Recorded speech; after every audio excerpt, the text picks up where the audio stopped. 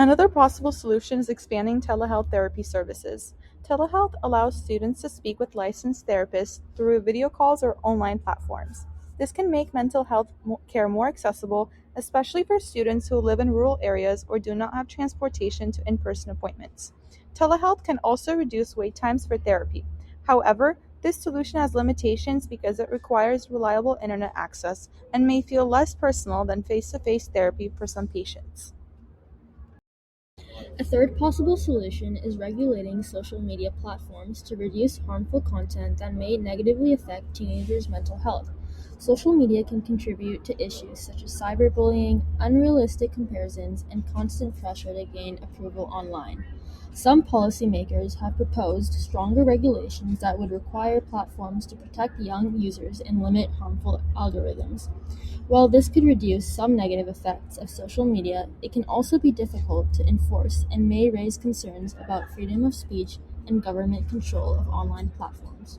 Another possible solution is increasing government funding for youth mental health services. By allocating more federal and state funding, schools and communities could hire more counselors and psychologists and expand mental health programs for students.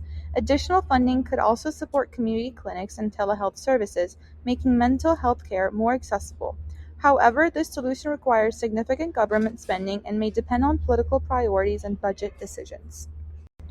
Government funding is the best solution because it helps support many of the other solutions we discussed. For example, increased funding would allow schools to expand mental health programs and hire more counselors.